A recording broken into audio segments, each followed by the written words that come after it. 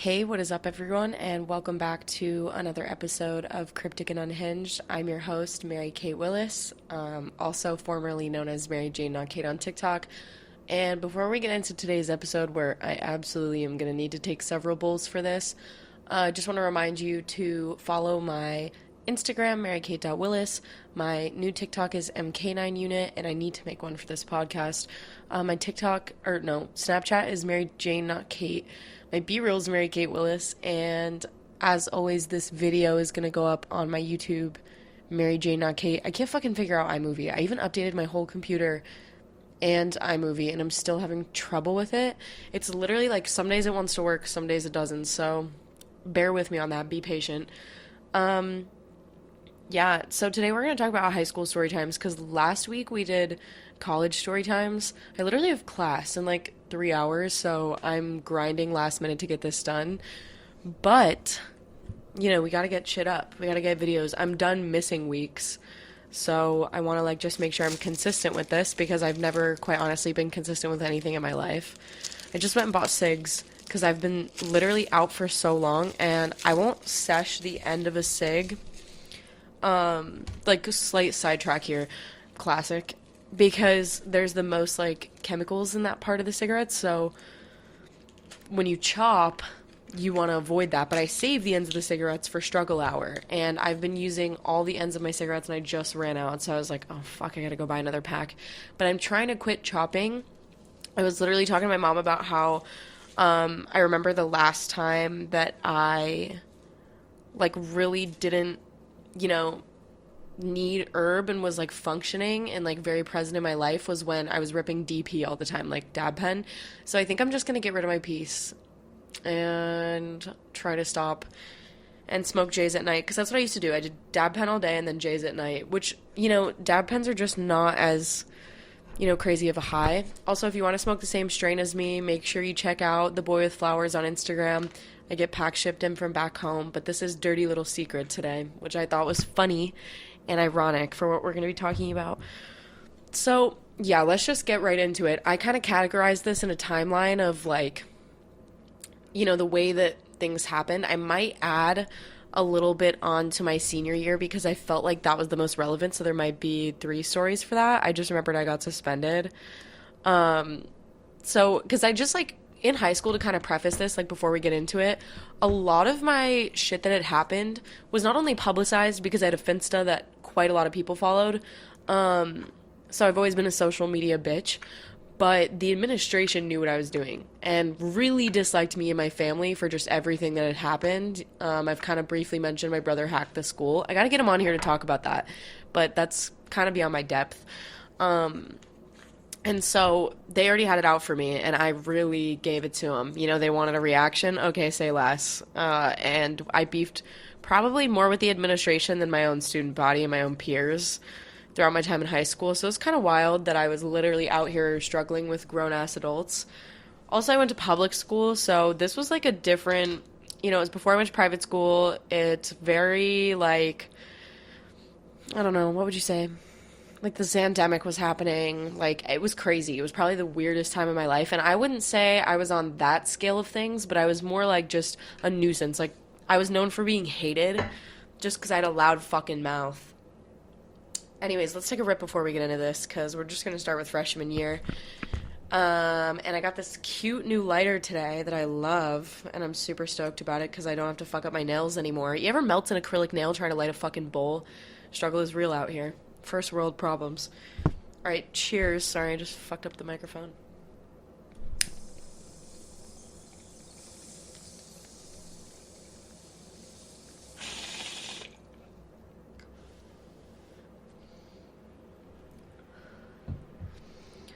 Whew.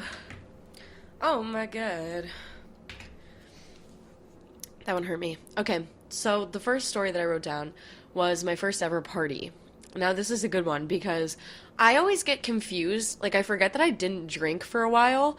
So the first party I ever went to, I was sober, and it was a sophomore's Halloween party. And she had invited, the most random fucking crowd of people.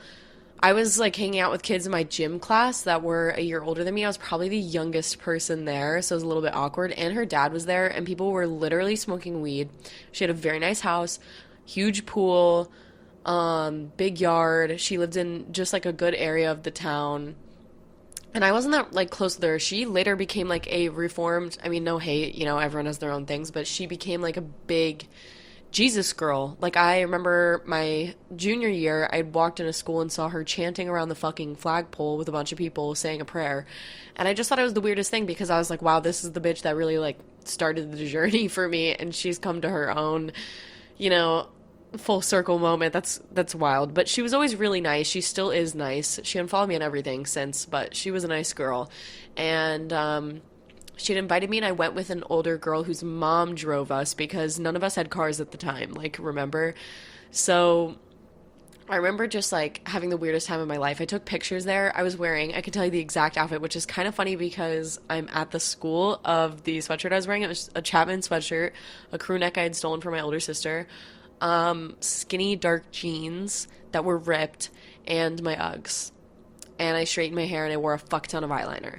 So that was like my party fit. Like that, listen, so in the East Coast, everyone had parties in high school outside of their house. Like, it was very rare that there was a house party because people would just fuck it up. Like, the one time I went to a house party, there were holes kicked in the wall and I watched a kid throw an onion into a crowd of people and the whole house reeked like BO.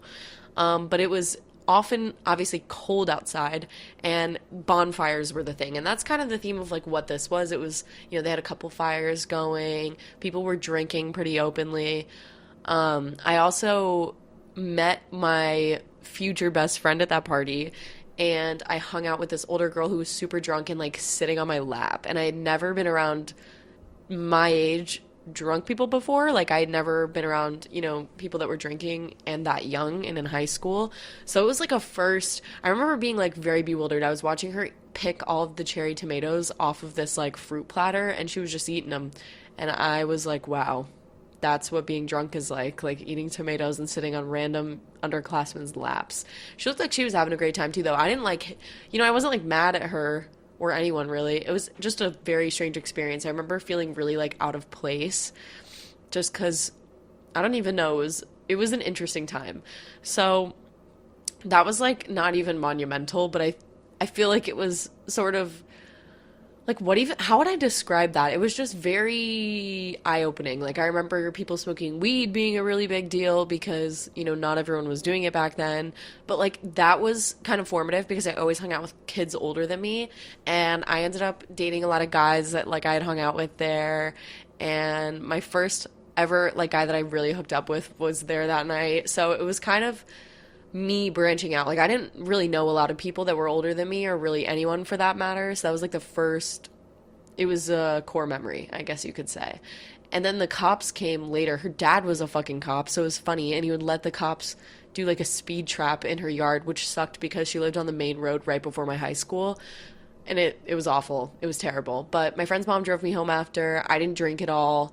I literally was just there like vaping, doing my thing. And when I got home, it was just like tame. And I remember thinking like, wow, this is, going to be the next couple years of my life. And it was always like that. You'd always be outside at someone's house.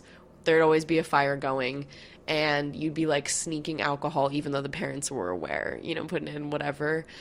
So that was really honestly fun and very set the tone for the rest of my high school. Sorry, that's like not even like an exciting story, but the next one is a little bit more. So when I was in my freshman year, and I'm pretty sure this was my freshman year, I was kind of going back and forth in my head of whether this was my freshman or sophomore year because honestly, I don't remember. I really don't remember. I never thought I'd say that I didn't remember my freshman year of high school, but here we are. I'm so burnt out. But when I was younger, my principal had come in halfway through my freshman year, and I knew from the moment that she had her first like intro meeting with everyone that I was not going to like her. I was not going to like her at all. And she had a lot of sway in stuff that happened with my brother and his court case. And even though she wasn't there, she wasn't even there for like everything that had happened with him. And she was so against him being at school. So I disliked her for that alone. I just had a lot of beef with her. I felt like she was just very annoying and was only there to like get attention. Like this bitch wore sparkly Converse. Grow up. You're fucking 48 years old. Like get it together. And she ended up having her daughter come to the school, which was weird because they live 40 minutes away. So her daughter drove 40 minutes in every day separately from her mom and went to school with us, which made it a huge deal for me because this girl followed me on everything, which kind of comes into play later in the story. But my freshman year, she was really fucking annoying and had just come in and I hated her. And it was about to be spring break. Like she had come in second half of the year. So she was there for a couple months. She wasn't doing anything bad. Nothing had really changed. She actually was like changing some stuff so it was better. Like we could carry like water bottles and stuff now, which was a big deal. We were on like mega lockdown, the last principal. I think used to be like in the military. A lot of the people who worked in my administration were in the military. So they obviously have no understanding for compassion, empathy, I don't know, like human nature. They just sucked. They had the common sense of a walnut and were annoying. And she was no different. She was hired by someone in the military and someone she worked with at a prior district. So that also comes into play later by my superintendent, who I also fucking disliked and posted about regularly. But I had come to school probably I want to say like the day before spring break, and I was wearing a t-shirt dress. T-shirt dresses were very in. Got it from Forever 21. It was striped, and I was wearing Nike Pros under it because I had gym class and you had to change for gym. So my whole thought process there was like, I won't have to change fully if I just wear this dress with Nike Pros underneath it, and I could just change my top. And I was walking up the stairs. I had just gotten into school, and there was like a back entrance and a front entrance, and I had been dropped off at the front by my mom. I did not take the bus. I rarely ever did. I also did sports. I did cross country and track my first year, so I had to change for track too. It was just like convenient to not, I don't know, it wasn't inappropriate. It was probably to my mid-thigh. Mind you, I am on the taller side. I'm 5'6", and I've been 5'6" since I was, I haven't grown a lot. And well, since this time. So I was pretty, I have long legs, and it looked probably shorter than it actually was, but I walked into school, walked up the stairs, and she was at the top at the front entrance. Saw me walk in, points at me with her walkie-talkie, and snaps with the other hand and goes, "Hey, mister." And so everyone was walking in at the time and turns to look, and I'm like doing the whole me? Like, are you talking to me? And she's like, "Yeah, you, come here." Didn't know who I was at the time, pulls me to her office and was like, "This is an inappropriate outfit. I wouldn't even let my daughters wear something like this to the beach." And I look at her like she's fucking crazy. I was like, "What are you talking about? I feel so sorry for them." Like, what? I was like, my mom literally looked at this outfit before I left the house this morning and was like, "That's cute. So how are you going to tell me that this is wildly inappropriate? Like, you are talking so far out of pocket right now." So her and I start arguing about it, and she's like, "Well, you're either going to have to leave or change into something from the Lost and Found." And I was like, "I'm not changing into something from the Lost and Found." And she had just started negotiating my brother's case, too. So she was like, "Well, isn't your brother home?" And I just kind of stared at her, and I was like, "Yes." And she was like, "Well, he could bring you a change of clothes." And I was like, "No." And she goes, "How about your mom?" And I'm like, "They're both fucking working. Like, they work full time. Because you suspended my brother, he now has to do homebound tutoring, which my parents have to pay for. So, no. Yeah, no, they're not available to drop me off new clothes." And my mom worked at the hospital, so, at the time. And so she's in her scrubs, on her way to work. And she gets a call from the school. And it's me on the other end of the line. And I'm like, "Mom, the principal's telling me I gotta change or I gotta go home, and I'm not wearing something from the Lost and Found. Is there any way Jackson can bring me something?" She said she knows that he's home, and my mom freaks out. "What? Give me the fucking phone. Give me the fucking phone." So she starts arguing with the principal, and she's like, "This is ridiculous. Like, you're gonna make her change? It's a half day." It was a half day before spring break. Like, this is just ridiculous. The fact that you're like even, bringing up her brother and his situation is completely inappropriate, completely out of line, and there's no reason why she should have to leave the school or wear something that belongs to someone else. Like, do you even wash those clothes? And you're suggesting that she wears something that's, that's just not sanitary. And she's like, we wash them, blah, blah, blah, blah. My mom's like, "Literally, fuck you. I'm just going to come get her." And she's like, "Okay, I'll have her wait in the office." So when my mom gets there, she's like, still arguing with her. She's like, I'm in disbelief, like pissed at this point that she's now had to leave work, call work, say she's going to be late, the school is making her pick her daughter up over a dress code incident. So we get mad. We're bitching about her on the way home because she's just being a cunt and not even like offering to work with us on anything and just like being like, oh well, sorry. I wouldn't let my daughter wear that to the beach. Yeah, like your daughter must be fucking miserable. She must really love you, honestly. And I go home and we take pictures of me in the dress. And my mom uploads them to her Facebook and I upload them to my Twitter. And at the time, they called me Twitter fingers. Like, I had my pizza delivered and the pizza delivery guy was like, stay off Twitter, Twitter beef. Because I was the type of bitch that would just go on that app and wild out on people. Like, that was my freshman year reputation. When I stopped talking to my best friend, she told me that people were scared to literally talk to me because they knew that I was going to run and go put it on social media. Some things never change. I don't know why I'm getting like sniffly all of a sudden. This happens every time I try to do a podcast, and I'm so confused as to why. It is nice out, so I might be getting allergies. Springtime season, it gets me every year, like clockwork. So I posted on Twitter, and I did not receive the love and support that I thought I would get from that because I was partially attacking the principal. I posted like the picture of me in the dress with a side-by-side, and a bunch of guys started retweeting it. People from like 3 towns over were weighing in. It kind of went semi-viral. So my mom gets, posting on Facebook, and the mom starts sending it to the principal. So now the principal's calling my mom, telling her to take down her fucking Facebook post. And my mom's like, what? Like, excuse me? Are you a grown-ass adult calling me about something that I posted on my Facebook? Like, what the fuck are you? Power trip. Power trip and a half. If I could describe my high school principal in any fucking phrase, it would be power trip. Power tripping. Sack.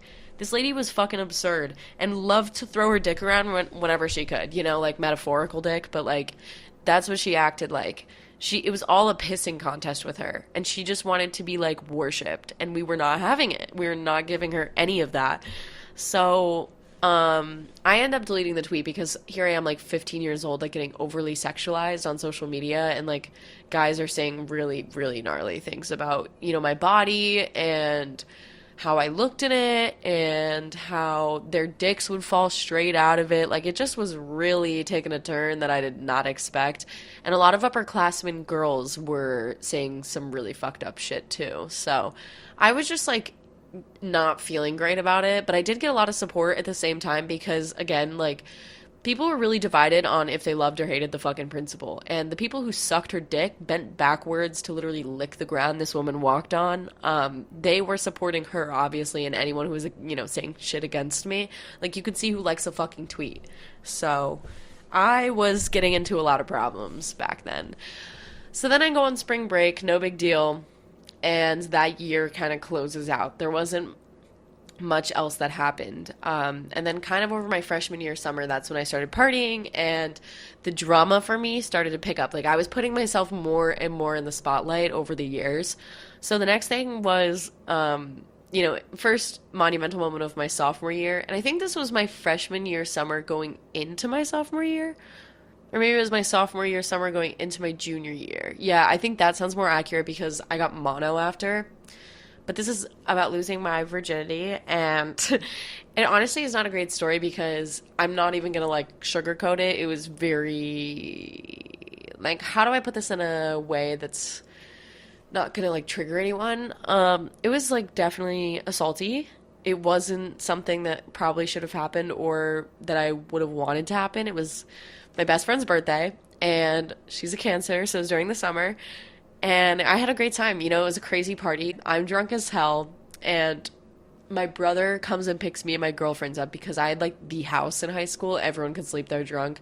Like, my parents didn't want me drinking and were pretty strict about that shit. So we had to hide it and we had to work around it. But, they just wanted us to be safe at the end of the day. And we're happy to house whoever needed it.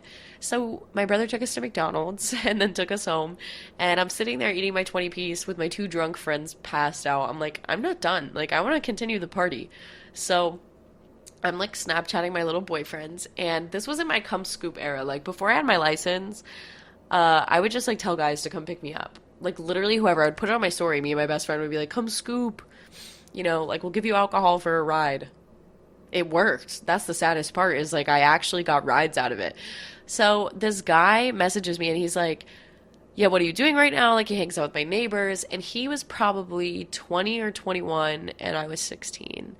And he picked me up, and I thought we'd go hang out with my neighbor, but he brought me back home, and one thing led to another, and I lost my virginity. And it, it was not great. You know, I went home and cried in my friend's arms until the sun rose because that's ultimately not what I wanted to happen, and I felt really uncomfortable about it. But I just kept telling myself in my head, like, I didn't even know at the time that it was like sexual assault, you know? But um he was sober and I was drunk, and I was 16 and he was 20. So, you know, drunk consent, especially at that age, like 16 is the legal age of consent in Connecticut, so that's what I had like told myself. And he was really cool. He had a lot of friends and a lot of people knew him. And I remember when I told my girlfriend that, you know, we were Snapchatting, she was like, "Oh my God, if you hook up with him, you can get into any party." So I just kept telling myself that, like, you know, I was just sad about it because I didn't like my body, or, you know, I blamed it on everything but the fact that it was the guy that made me really uncomfortable. And I like just have this image in my head, like burned in my head, of him trying to hold my hand on the way home, and tears were just like silently rolling down my face, and I just couldn't even look at him. It was not good. It was not good. And so I, you know, didn't really hook up with anyone for a while after that, but I'll never forget. I was literally just telling my mom about it for the first time the other day because it was really shameful for me. And my older brother, years later, when I started opening up to people about it, was the one who told me that, you know, in court would hold up as sexual assault if it came, you know, push came to shove. So I was, you know, kind of dealing with that the next day and telling my closest girlfriends about it. And I'd gone to my girlfriend's house, and her brother was close to the kid's age and kind of ran in the same circles with him. And he didn't really talk to me when I was over at his house, but I had smoked with him before, like at parties and stuff. Like, he was nice. So he comes knocking on her door and opens the door, which is very unusual again. And he's like, "MK, how old are you?" And I was like, "I'm 16." And he's like, "Did you hook up with," and names the guy. And I was like, "Yeah." And he was kind of just like giving me this look like, "Are you okay?" Which then, like, that started to make me realize. And then I was working at the time. I had my first job. Maybe like it was like my first real consistent job.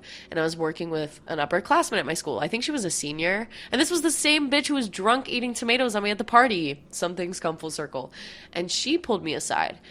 And she had said to me, she's like, "Just so you know, like, your girl best friend is telling everyone that you guys hooked up." And I was like kind of happy because then I knew like this guy that I really liked then knew about it. And she goes, "But, you know, I would not have her go around saying that if I were you. Like, I would tell her to stop." And I was kind of confused then because I was like, "Oh, I thought this was this cool guy." So, you know, that was like really hard for me to deal with, and I couldn't be intimate with anyone for a long time, and I think it's still impacted me. And it's not something that I've really been able to readily talk about until like just recently, because it wasn't something that I could really face for a long time, that I like could really accept, because I'm, you know, such a loudmouthed individual. I'm the type that would never let someone hurt her, or so I thought. And you just feel like a statistic at that point, and it's really shameful. That, and like, you don't want to tell people about it because you want to feel cool, like everyone's losing their virginity. I was already, like, for my area, late to the game, like in that sense. I was like a late bloomer, so I just thought it was like a milestone in a way, and it was like so normalized that I didn't really think twice about it. And I feel like a lot of people can say that their first time was like really, you know, scary, scary. So that's, you know, what happened. It wasn't the best. I literally just unfollowed the kid once I moved out here. It was really freeing to get away because he lived close to me and hung out with my neighbor all the time. So he was always there, and I would like see his truck around and just get so creeped out by it. And then a bunch of older people like eventually came to me and talked about it, and I just found out a lot more shit about him, and he's just a bad guy overall. So, you know, what happened happened. You can't change the past, but, you know, I've been in therapy about it. I've talked about it in therapy. It's really affected my intimacy, how I show affection. I'm like not really comfortable. Like, for years after, I couldn't hug my parents or my friends. I'm still not really cool with physical touch unless I'm like dating a person. or like being romantic with them, ironically. And that's why I like having sex when I'm fucked up. You know what I mean? Like that's why I like hooking up better when I'm fucked up, because I don't have to be present and I don't have to be reminded of that. Because I think I have a lot of trauma from it, obviously. Packed another bowl. So sophomore year actually kind of sucked. Now that I'm talking about the next story that happened. Because I became friends with this girl who was hanging out with Drunk Tomato Girl freshman year, right? Like I had mentioned, I met my best friend. And I briefly talked about this story online, but we were close. And she was like the first person I ever really smoked weed with, like habitually. And we would smoke together and sneak out together all the time. She was really fun. She was a year older than me, and she drove. She had a very early birthday, so she was fun. I liked her. But she was going through stuff mentally that I didn't really know about. And we'll take this rip, ironically, before we start talking about this shit. Cheers.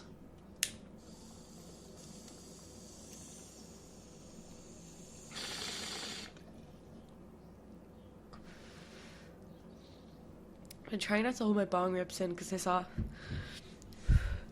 a TikTok about how this lady's lungs collapsed. Or lung from holding bong rips in.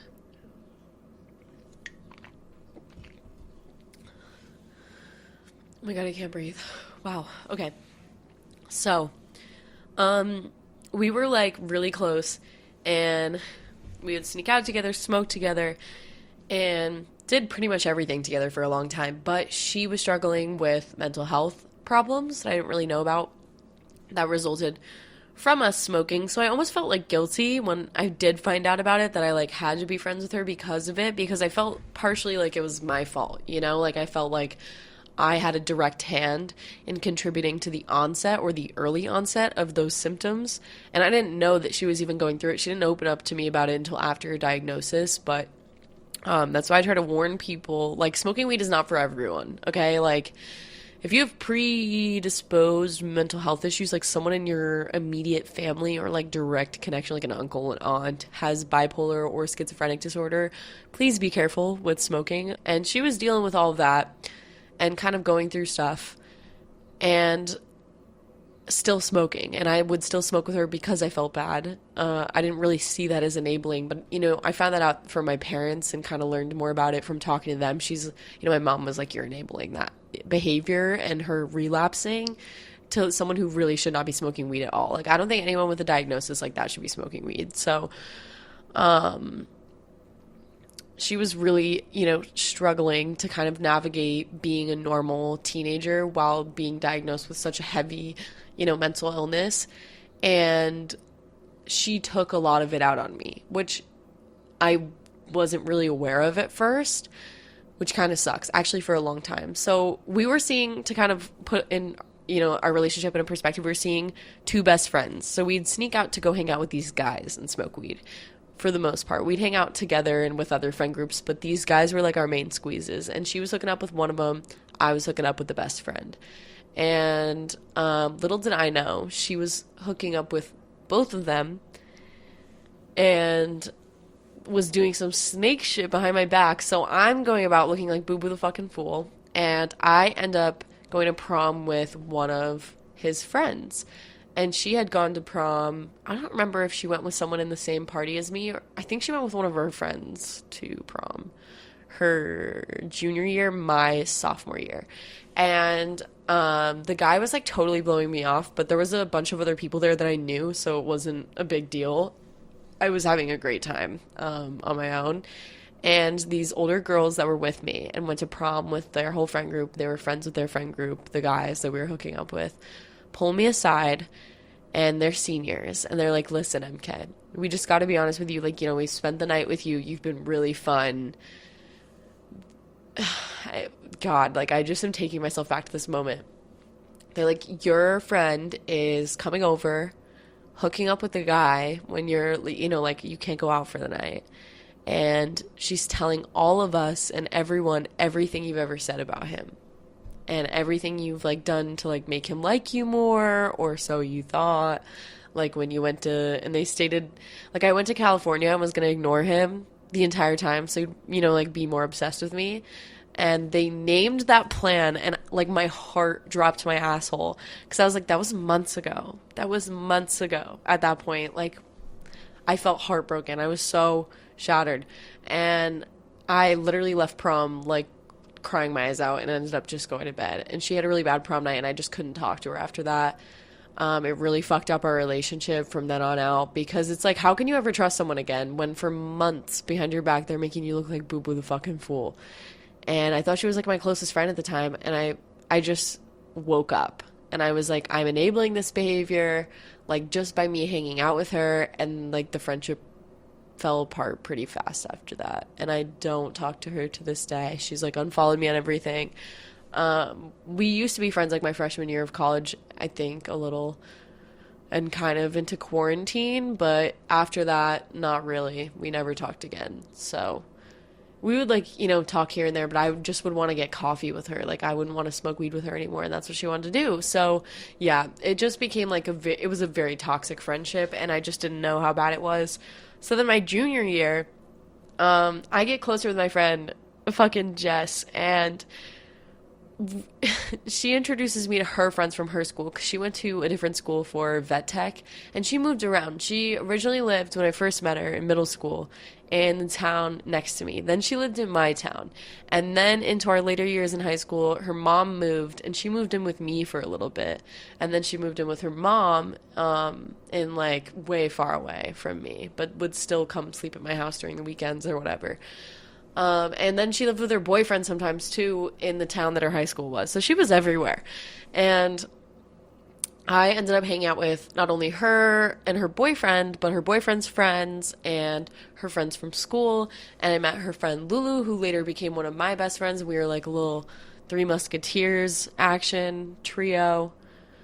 It was honestly so fun. And we, started going to this thing, New BK, New Burger King. My friend, her friend from school, Ben, had made new Burger King. He went to Burger King, hated it, stole 70 Burger King trays, and then put them in his backyard and started putting random Goodwill shit outside and just named it New BK. So it was like his pool house, his pool, his yard, and we would just go to his house and party and drink. And it started with just like 6 of us and grew to like, oh my God, there was probably a party with like 150 people at it. I'm not even gonna lie. Like, that might be an exaggeration, but like at least 100 people. There were a lot of heads there towards the end of the summer. But it was really fun, and we destroyed the pool house by the end of high school. But we went one night and it was kind of lame. And so we go to this place that's called the Plaza. And the Plaza was basically the McDonald's parking lot with a bunch of other stores and like a grocery store and stuff like that. And we would all just park there because it was a big-ass parking lot and all hang out right by the McDonald's. And there was a senior scavenger hunt going on that night, and I wanted to go to McDonald's, but it was shut down because there was a sewage problem. It smelled like shit. So we're all sitting – I'm sitting in my car because I don't want to smell it too much. And everyone's, like, standing outside my car, and we were all going to go to New BK that night, but it wasn't – it was dead. So we were just waiting for things to kind of heat up a little bit, letting it cook, as the kids are saying these days. And this old guy just emerges out of the shadows, and there's like a bunch of us girls there, and he's like trying to talk to us. I can smell the alcohol in this man's breath, and he's like, hey, my name's Mike, I'm a truck driver, how's your night going? We're like, good. How's yours going? He's like, good, I'm a truck driver. We're like, yep, heard that the first time. He's like, I'm only out driving to these parts for certain time of the month. I get drug tested once a month, so already had my drug test last week. I'm just seeing if you guys have a plug. I'm like, sir, this is giving undercover cop. I'm like, no, we do not know anyone. He's like, oh, okay, well, if any of you do, if you change your minds, you think of anybody, I can make it worth your while. And I'm like, whoa. And he turns back around as he's like going to walk away, and I'm like, what do you mean worth your while? And he's like, I'll pay you if you get me a plug. Plus, I only want like a gram of the weed. So, we get a couple grams. You guys take the rest. Split it between, all of you. And I'm looking at them like, I could use some fucking money. And they're like, us too. And we're broke fucking 16, 17 years old. And I'm like, all right, there's an ATM down there. Prove it. So he goes and gets so much money. And he gives us all $50. And there's probably like, I want to say 6 or 7 of us. So that's a lot of cash. And he gives this one girl the rest of the money, and he goes, you go And he paid her 100 because she was going to drive to go get it. He's like, you go get the weed. She had the plug. Her boyfriend, goes with her to go get it. So she had to pick up her boyfriend too. It was a bit of an expenditure. And we just started talking to the guy. Some of the girls get creeped out and leave. One of them has work early in the morning. She goes. And then it's just probably down to like 4 of us, maybe 3 of us in the last hour. And the girl's still not back yet. And it's been like probably 30 minutes. And my other friends have wandered off to go talk to the people that were there for the senior scavenger hunt, because that was some of the girls' local high school. And we, everyone in the area knew each other. Connecticut is not a big fucking state, okay? There's 150 people in my graduating class, and the schools in the area were not much bigger.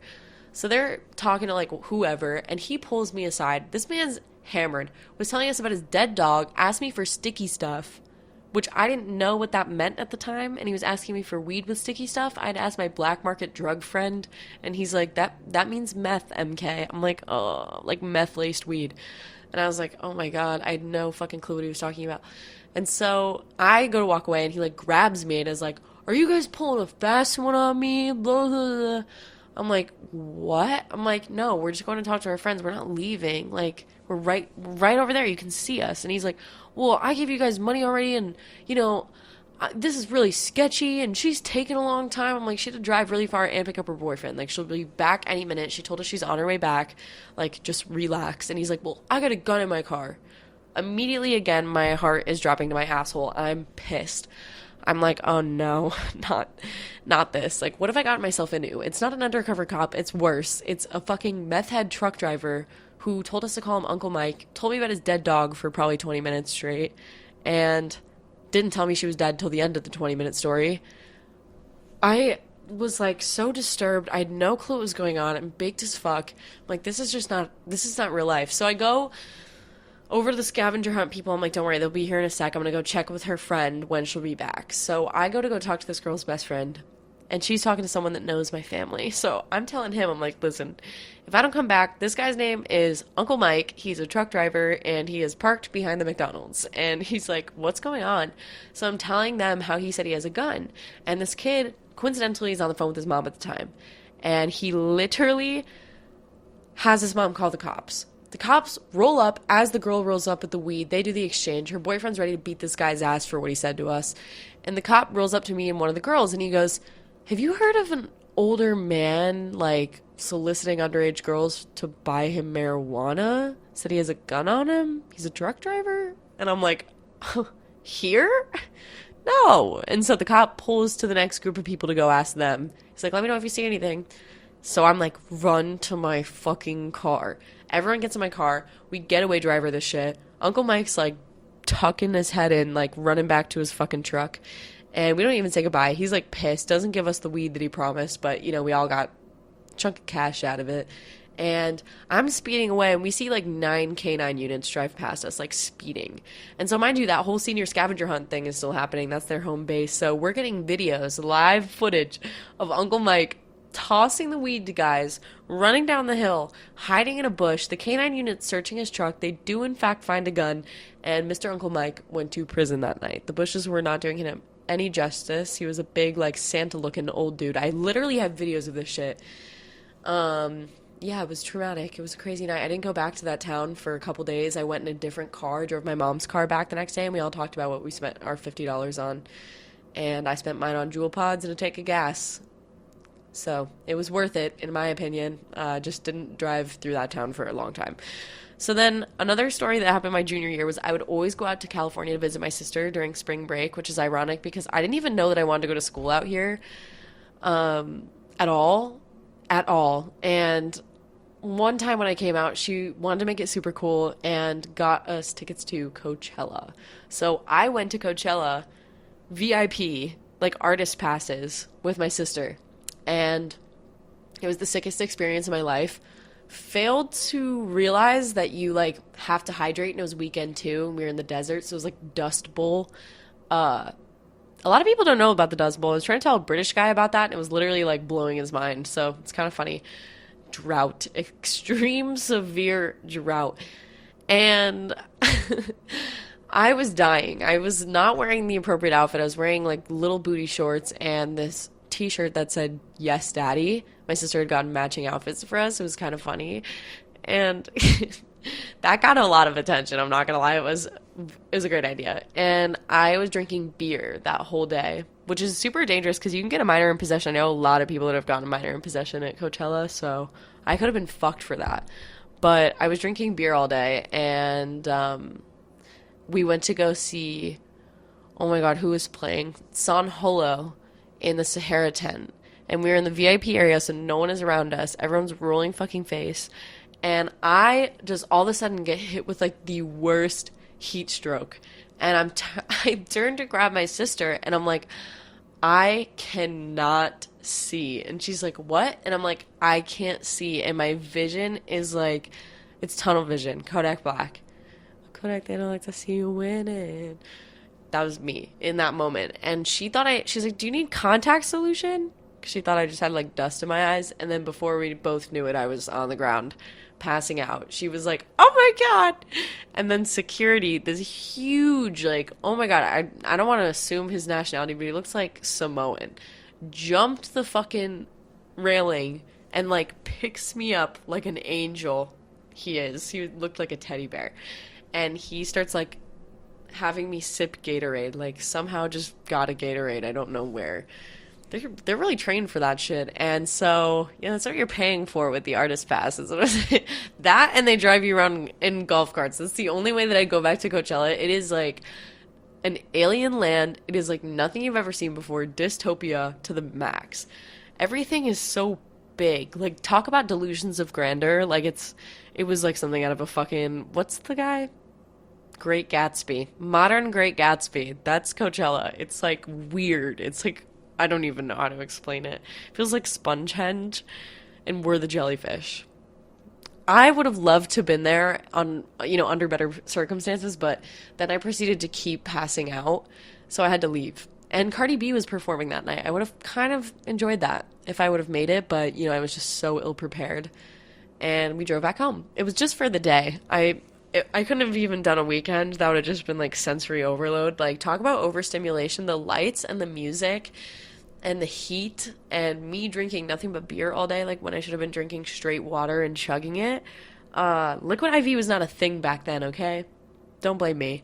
So then my senior year, I got a lot of stories about this. There's a lot of crazy experiences. Also, I didn't tell my parents I passed out at Coachella for a really long time, but I also kind of seized, so my sister was freaked out, but that happens when you pass out sometimes, like your muscle spasms. Also, when I did tell my dad about that, he told me I used to pass out a lot as a kid, and no one ever told me that.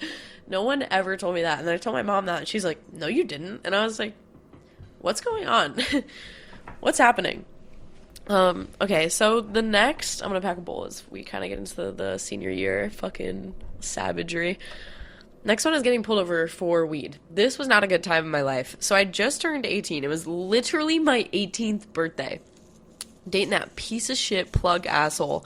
Do not miss that motherfucker. Was thinking about him though the other day. I was like, oh, I wonder if he watches my TikToks a little bit sometimes. So I need to grind up more weed. I'm like at his house. It's my birthday. He's like giving me carts for my present because I was smoking carts only at my house at the time because I had burnt out a car battery smoking blunts. Actually, I think that was later. I don't know. That might have come after him. But anyways, he gave me carts because he was a plug. Again, it was not, anything to throw a couple merchandise items my way, but he wasn't giving me herb. However, we smoked inside at his house. So, and I smoked in my car at the time still while ripping carts because I couldn't smoke obviously in my house, but my parents also weren't really aware of how much I was smoking at the time. So I'm like, I just got a notification about Post Malone performing drunk. Yeah, he always looks hammered at his shows. I bet that man's gonna get sober. I'm willing to put money on that. That's one of my 2023 predictions. Post Malone gets sober. So, fuck, what was I gonna say? Back to the story. I wanted to be home because it was tradition. It always is tradition, I guess, for a lot of people, for my family to sing me happy birthday. My mom makes a red velvet cake every year, and we sing happy birthday. So I got super stoned at his house, and I was driving home, trying to make it home, and I didn't have driving curfew anymore, because once you turn 18, like, you can be out till whenever. The driving curfew, I think, is, like, 10 p.m. in Connecticut. I'm unsure. So I was a little bit freaked out about that, not gonna lie. But, you know, this is the first day I didn't have to worry about it. And I was still coming home early. It was before, I was trying to get home before 10 p.m. because I knew my mom had to be up early the next day, probably for work. And whipping home, going my normal route, going fast, going very fast. I'm not going to lie, it was reckless endangerment, but you have to keep in mind I lived in Connecticut. There's no one in the roads, on the roads, like rural Connecticut, past like 6 p.m., 7 p.m., especially during the winter. My birthday's this month. So, I'm flying in the dark, and I'm going like 60 and a 40. Maybe it was like 40 and a 25. It was definitely like reckless endangerment borderline, but not like I was going like 80 miles an hour. You know what I mean? And you would think that I was, though, the way that this fucking tag team of cops like whipped up on me. Literally, they were hiding lights off by this airport, so it was a very desolate road. I'm flying down the road. Pull behind me, lights flashing. They followed me for a while, though. They had their lights on, and then they did the siren after a couple miles. They definitely followed me for a bit. Pull over on like the worst side of the road. So many people saw me. I'm in my fucking pajamas because it's at my boyfriend's house. I normally slept there. Like, I had worked that day. I was tired. It was my birthday. I wasn't really doing a lot. And the fucking cop literally comes up to my window and is like, "Do you know how fast you were going?" And I was like, "Yeah, I'm sorry about that." And he goes, "Why does your car smell like weed?" Instantly. Instantly. And I was like, and he's like, "I'm gonna have to ask you to step out of the vehicle, ma'am." I'm like, "For real?" He's like, "Yes." And, they were gonna search the car. So I get out to get searched. They pat me down a little bit. I don't even think they patted me down, actually, because they were going to have to get a female officer. They just asked me to empty my pockets, which I did. I didn't really, I was just wearing a jacket and, like, pajamas and slippers. And so they find I give them my cart. I was pretty honest about everything because I love live PD. I'm not going to lie. I'm not really the biggest fan of everything that's going on with, the fucking police right now. I'm really disgusted by it. I get searched. They're searching my vehicle. They find out that I have a taser. Well, I told them I had a taser. And they pull it out and they start like literally shocking each other with it. And they're like, "This is illegal in the state of Connecticut." And I'm like, "Well, they didn't have a seller's warning on fucking Amazon. It was $14. My dad bought it for me because of where I work." And they're like, "Where do you work?" And I'm like, telling them where. And they're like, "That's not that bad." And I'm like, "The number one place that women get abducted are grocery store parking lots at night. I worked at a grocery store. I worked night shift. Sorry." And I actually bought it for myself. My dad didn't buy it, and I had never used it on a person besides for fun, for entertainment purposes. It didn't hurt. It just felt like a hot sting, but they were like making it out that I had a fucking like gun on me. So it was a huge deal. They make me like sit in my car. I call my mom. I'm like, "You're literally gonna have to like pick me up from the fucking station. Like, they're acting like they're gonna take me in right now." And instead they just had me shatter my dab cart, shatter it in front of them. And I was like, "But what about pollution?" And they're like, "Are you fucking for real right now?" I'm like, "Okay." They're like, "Would you rather go to jail?" I'm like, "No." And so I smashed the cart, and then they were gonna take the taser, but they ended up letting me take it home.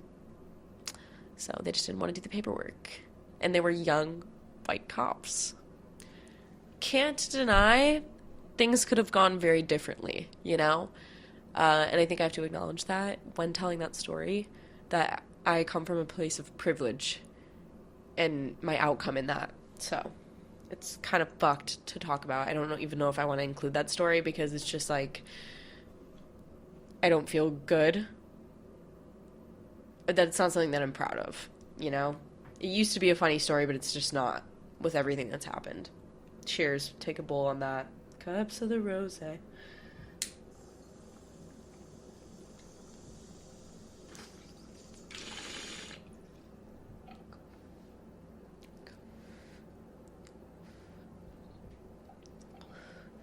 That one hit the way back of the lungs, the archives. Not good. Okay. Next story is how I got kicked out of a party by someone's mother. There was this kid in my high school whose parents really did not give a fuck. His parents had split up, and his mom was like, I'm just gonna call it out, it is. She's a fucking alcoholic, okay? Like, she just had her own shit going on, and she didn't give a fuck, and she let him party at the house and do whatever in the basement. And basement parties were big in high school, too. If it wasn't an outdoor party, it was a basement party. And I went to his house, I think, like, once before this, but my friend was dating him. And I was beefing with this girl who I'm actually friends with now. And she pulled up and was mad because they told her not to come in because she had already caused a lot of shit with me and, you know, like stuff, beef that was happening online, I think. And she wanted to come in anyway and persisted and came in.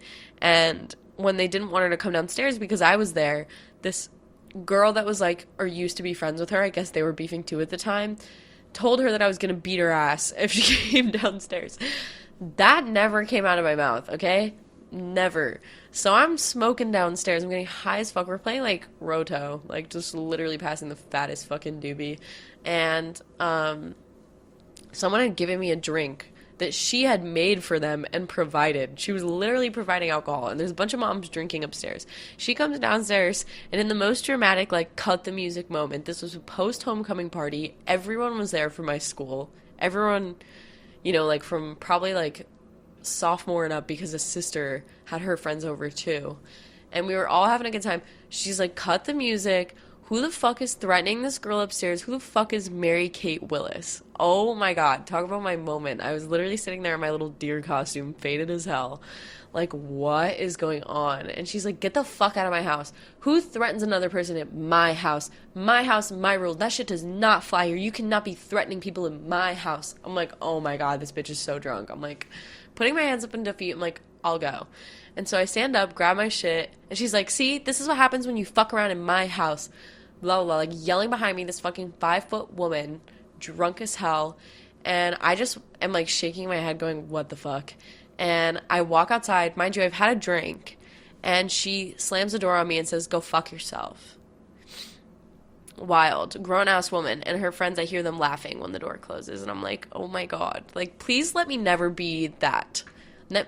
Like, I hope I grow up, you know? Like, I would like to think I'm not even like that now. So, just immature as hell, childish. I don't even know if I ended up going home after that or what happened, but it was just like, it was so awful. That was literally the worst time. And then, you know, like, I don't think I ever talked to any of them again, but he told his mom what had happened, and, like, that was a misunderstanding, and she, you know, he apologized on her behalf, the kid. So I respect him for that. There's no bad blood there, but, like, I still think his mom's a bitch. And she came into my work, like, probably 2 weeks after, and was, like, so timid. Like, instantly as we locked eyes, and I'm, like, staring down at her because, what, I'm, like, 5'6". This bitch is, like, 5 foot. The last story I'm going to tell is how I got suspended, which kind of has to do with the administration. So over the whole dress code thing, the next 3 years, shit just builds. And, I'm pissed. My brother gets, like, expelled in the meantime. Like, all of this stuff happens. I constantly am getting called to the office for this bullshit guilty by association because my friends were not, you know, the best students. But I was a good student. I had great grades. I don't think I ever had below a B in high school. Granted, it was public school and I wasn't on drugs for most of it, so that's probably why I did well. But my senior year, I was baked all the time. And I would just dip. I would leave school because I was fucking hungry. Like, I hated it. And my mom was close with the nurse. So I would just call my mom on my fucking phone, put her on speaker, and say, can I leave? And she'd be like, yep. And the nurse would dismiss me. So it would be counted as an excused absence. It would be like, I have diarrhea, you know? Like, there was nothing productive. I was probably getting baked, too. And I would just call my best friend over. And then my other friend had dropped out our senior year. And she was wild. She was always on something. Like, I would leave school and she would be home, like, off a bar or two, something, and I would just go and smoke with her and she'd be, like, barely conscious, and I was like, okay, or, like, overly alert. She liked to dabble. She literally did a little bit of everything, and that was really fun for me too. And we'd go, like, get a coffee or something. It was just not... I did not take school seriously. I don't even know how they let me graduate. I'm not gonna lie, I barely passed capstone, which was, like, the thing you needed to graduate, because I didn't do my fucking internship. I didn't do anything for it. Fuck them. Eat shit, I worked the entire time. I made money to fund my smoking habits. I got really baked. And this kind of leads into the suspension story, so I didn't even finish this train of thought. So we hate each other by my senior year. I've also beefed with the vice principal, the superintendent at this point, and the office ladies didn't like me either. Neither did one of the guidance counselors. So, yeah, I was, like, really causing waves. I was causing problems. And the school psychiatrist knew who I was. So I'm pressed, and Parkland happens, and we have this whole, you know, confusing moment where like schools are going to have to retrain the teachers to where students won't know the plan for evacuation during a shooting drill, because that's essentially what happened and made it worse. But what I was worried about was the fact that we had this whole event was very well documented on social media, and you could see that we had the exact same fucking doors that they did, and the kid just shot through them. And I was like, what are we doing to change that? Like, there has to be a lot of change, you know what I mean? And I was so frustrated after having an advisory meeting about it because they couldn't answer any of my questions. And they're like, it'll be answered in probably a bigger meeting. You know, like the principal said she's going to hold something. I'm like, I'm sure she did. And so I go to my one class, like very frustrated, crying, like just upset because I'm like, no one's going to do anything. Like nothing is going to happen from this. And we ended up having like 5 threats that same year. And I grew up near Sandy Hook. So that's why, it was hitting a little bit closer to home. I remember that day. I'll remember it for the rest of my life. And I just really was hoping that this was going to cause for some reform or change. And not to mention not that this really matters, but it does. My principal is extremely conservative and very openly, a lot of other people in the administrative office as well, and people in my town. I grew up in a white bubble. So, just things were very skewed. I felt like there wasn't any action because they were lazy. The funds were going elsewhere. To fucking what? Probably getting a new car. To her daughter getting like a fucking free ride there. Like who knows what. So nothing really happens. I really want like metal detectors in the school at that point because they're like letting kids come to school who have made threats. Like we literally had to bully a kid into leaving, which probably only made shit worse, you know what I mean? Like, that was just not... I had called the cops on a kid who would openly post a hit list on his Finsta. Like, it was so bad. And so, there was just so many things that were happening that were making me really anxious to even go to school at that point, and that's, like, what kind of contributed to me leaving school all the time and not being there and not doing well in school, because I felt like my administration was not doing anything to protect us, and that it was very plausible that, something like that could happen at our school. What was gonna be any different? Like, it could never happen here, it can never happen here, until it does, and then, like, it's too late. So why can't we take preventative measures on that? If the fucking government is not going to do anything, the very least we can do is, like, try to improve safety within our own school. So we had this big meeting, and they had said in the fire code that backpacks were banned, and I was like, this is your dumb way of, like, taking a preventative measure and taking control of shit, and they had closed all the bathrooms due to vaping, which I heard was a problem at Parkland, and I was like, so you can't, at Stoneman Douglas, they had the same thing happening, so I'm like, you can't shut down all the bathrooms, like, that could be very well a good hiding place. You can lock the bathrooms, and when you're forcing them to leave the doors open, like, it's just not, and only 2 students can be in there at a time, it doesn't make any sense, and you're having a whole line wait out in the hallway. So that was like an issue, and I made something called the Free to Pee movement, and I started posting stories about it, saying that there was going to be a walkout, because there were a couple walkouts that I'd participated in already, and one of them was for, gun reform, particularly around that event. And they got really pissed, and I got an email from the vice principal saying I had to stop all motions to do this and stop posting about it on social media because I was going to be arrested for trying to incite a riot. Are you fucking shitting me? A peaceful protest? Bitch. So he hated me too. And when that happens, I knew that my principal had a hand in that. And that her daughter and someone in the administration's office's kids was, like, showing the principal what I was posting. So I was like, you know what? Fuck it. I'm all in. So instead of posting about my movement, I started posting screenshots about my superintendent and my principal. My principal covered up SA and drug charges from teachers at her prior schools. And my superintendent had actually failed her superintendent test in another district because she had done so poorly there that she kind of just had it covered up, moved here, got hired because she knew people, and then hired my principal because they worked together at a different school. So both of them were underqualified and had a lot of violations against them. Like, literally no business working with children at all. And so, yeah, I started posting that, and her daughter got really pissed. And I got a lot of mean messages from her.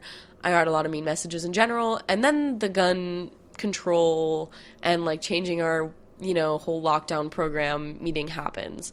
And she basically gives no fucking answers. And so I'm raising my hand the entire time. She doesn't call on me. And my girlfriend, who's, like kind of close with her, like she doesn't hate her, is like, watch this. And she raises her hand, immediately gets called on. She goes, MK has the same question that I do. So I stand up and I say, where can we find this fucking fire code that you speak of? Because I spoke to someone whose dad is a fire marshal and was here on the day that they did the fire inspection. And they said that they did not deem backpacks a hazard. So I'm just wondering, like, where... you're saying you got this approved with your lawyer to lock down all the bathrooms. I'm a little bit confused on that as well. Where can we, follow up on that information? Can we speak to someone in that field about that? Because I don't think that's legal to lock down all bathrooms and keep the door open with a male administrator sitting outside some of the female bathrooms and, vice versa with a female with the door open. Like, what? With guys using urinals? I felt like there was just so much invasion of privacy at that school, and it was, like, doing way too much to be a public school. And she's like, well, if you were listening, and everyone goes, ooh, my face turns red. I'm going to literally obliterate this bitch. I leave that meeting, I go straight to the nurse's office who had seen everything happen, and she was like, that was fucked up. And I was like, I need to go home. So call my mom, tell her what happened. She okays me to go home. I leave. I'm on my way to go to Dunkin', and I decide to vlog on my Finsta. The most vulgar rant. I'm like, this fucking loose pussy ass bitch bad. Internal misogyny really came out in this rant. Screaming. Like, everything you do is for male attention. It's so obvious. It's disgusting the way that you flirt with kids in my grade. Like, is this the attention that you wanted? Am I giving it to you? Is this what you wanted? Bringing your boyfriend stuff to school? Like, you're weird. Like, you literally interfere with your fucking, like, your personal life and business is so strange. You're just too close with some people. You freak me the fuck out. You lie about a lot of shit. It's strange. You're weird. And I'm, like, going on this whole rant about her. I had one of the office assistants' kids' friends on my shit, and they were all still in school, and he was watching it in school, and he's like, what the fuck, and showed it to the kid. He takes a video of it, sends it to his mom, who sends it to the principal, who sends it to the superintendent, along with the screenshots of my Instagram story. My mom had surgery to the point where she couldn't walk, so she's, like, literally immobilized in bed, gets this fucking heinous email with the video. She's dying laughing because she doesn't like the administration either. They put my brother through hell and tried to charge him with everything they possibly could, and nothing stuck because we got a good ass lawyer, and they're losers. They have no fucking life, and she knew nothing about my brother. She didn't even know my brother, but she made a lot of fucking assumptions. So yeah, that becomes an issue. My mom just had surgery to, like, where she couldn't walk. We just found out about my dad, like, in this whole infidelity situation, and she gets this fucking email, and she's dying. And she's like, you know what? Like, what do you want to do? Because I can't come in. My husband's working full-time to, make up for what I'm not working right now. Like, what do you want us to do? And she's like, well, she's suspended.